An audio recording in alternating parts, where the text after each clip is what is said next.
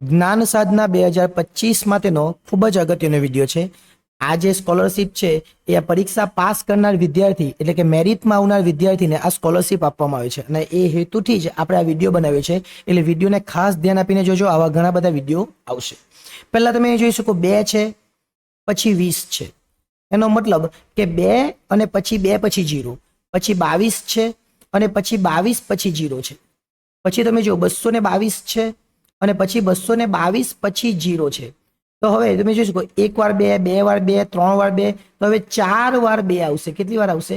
4 વાર 2. અને 4 વાર 2 પછી 0 આવશે. જો પ્રશ્ન ચિહ્ન 2 આપેલા હોય તો આ બંને વસ્તુ લખવાની. પ્રશ્ન ચિહ્ન 1 જ આપેલું છે એટલે 4 વખત 2 છે એ આપણો જવાબ આવશે. એટલે આપણો જવાબ આવશે 2222. અને બીજો પણ પ્રશ્ન ચિહ્ન હોય તો આ પણ આપણો જવાબ આવે.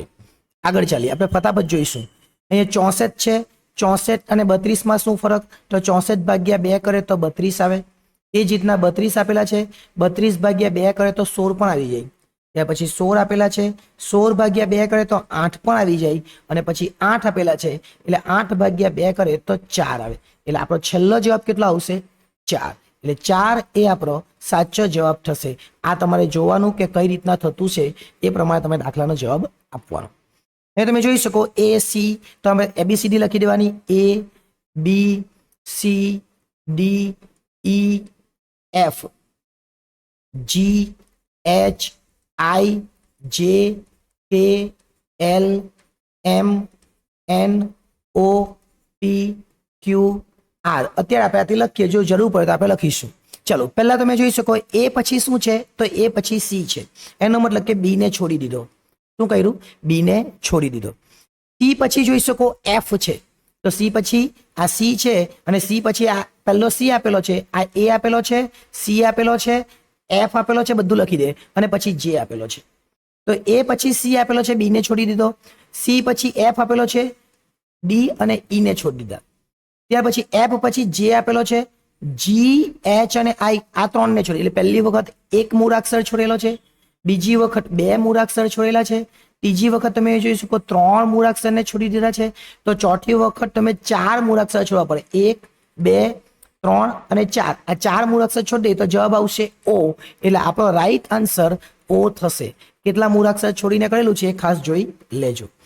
ત્યાર પછી અહીં તમે જોઈ શકો Z આપેલો છે, Z પછી A છે, પછી Y છે, Y પછી B છે, X છે અને પછી C છે.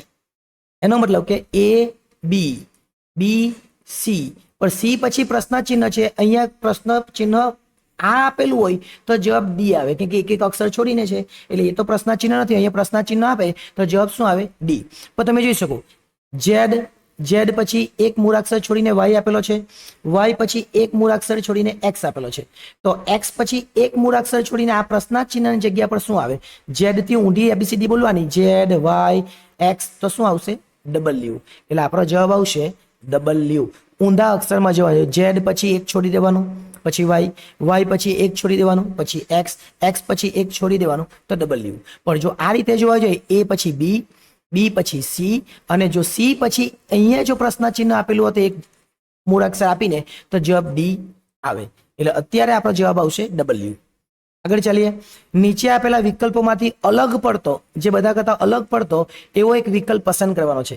ફેબ્રુઆરી મહિનો હોય કે એપ્રિલ મહિનો હોય તો એપ્રિલ મહિનામાં 30 દિવસ આવે, ફેબ્રુઆરીમાં 28 દિવસ આવે, અથવા લીપ યર હોય તો 29 દિવસ આવે, નવેમ્બરમાં 30 દિવસ આવે અને જૂનમાં 30 દિવસ આવે. અલગ પડતો શબ્દ આ 30 છે, આ 30 છે, આ 30 છે. તો ફેબ્રુઆરીમાં 28 ને 29 જે અલગ પડે છે અને એ આપણો જવાબ રહેશે. આગળ જોઈએ, આમાં પણ અલગ પડતું કહેવાનું છે. ગાંધીજી છે, તો ગાંધીજી કોણ હતા? તો ગાંધીજી હતા રાષ્ટ્રપિતા. મનમોહનસિંહ કોણ હતા? તો મનમોહનસિંહ વડાપ્રધાન હતા. નરેન્દ્ર મોદી કોણ હતા? તો નરેન્દ્ર મોદી અત્યારે વડાપ્રધાન છે. જવાહરલાલ નહેરુ એ પણ શું હતા? વડાપ્રધાન હતા. તો આ 3 તો વડાપ્રધાનની વાત છે.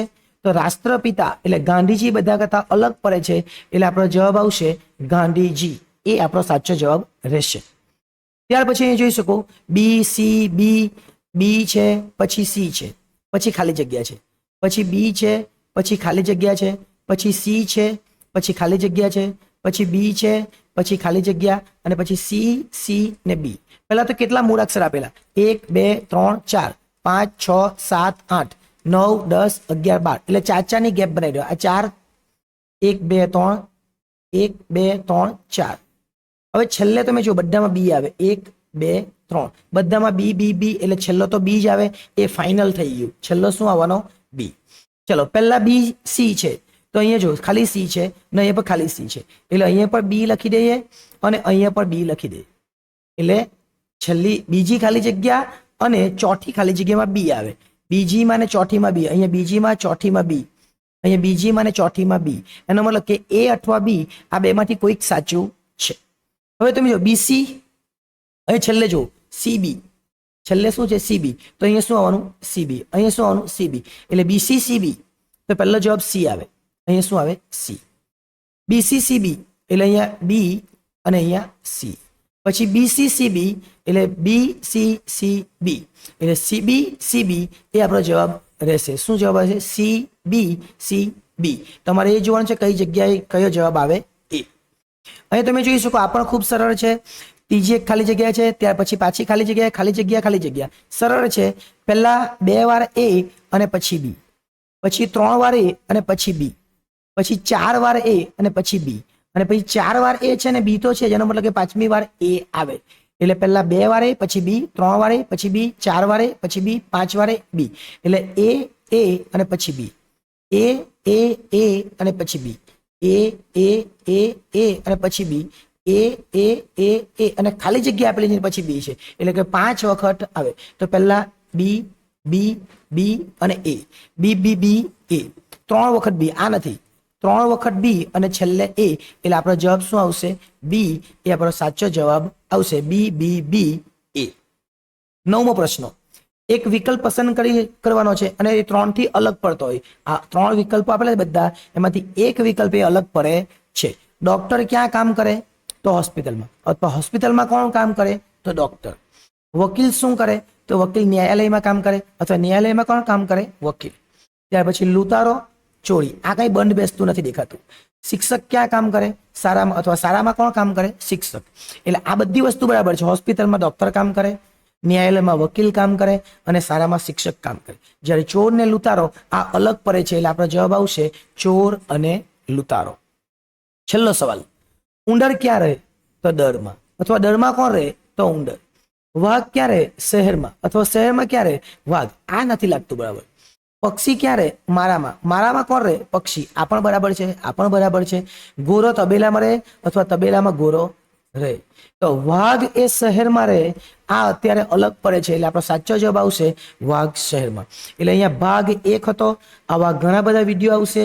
હવે ભાગ 2 પણ આવશે, ભાગ 3 પણ આવશે. અને આ વિડીયો બનાવવાનો એક જ ઉદ્દેશ છે, કારણ કે જ્ઞાન સાધના જે પરીક્ષા છે, આ પરીક્ષાની અંદર પાસ થનાર વિદ્યાર્થી ધોરણ 9 થી 12માં સારામાં સારી શિષ્યવૃત્તિ મેળવી શકે. એ પ્રાઇવેટ સ્કૂલમાં ભણે તો પણ એને સારામાં સારી શિષ્યવૃત્તિ મળે. 90,000 સુધીની શિષ્યવૃત્તિ પણ એને મળી શકે. એટલે ખૂબ અગત્યનો આ વિડીયો ગણાવી શકાય. આ વિડીયોને અલગ અલગ વિદ્યાર્થીઓ સુધી પહોંચાડજો, જેથી એમને પણ આ વિડીયો કામ લાગે. આભાર.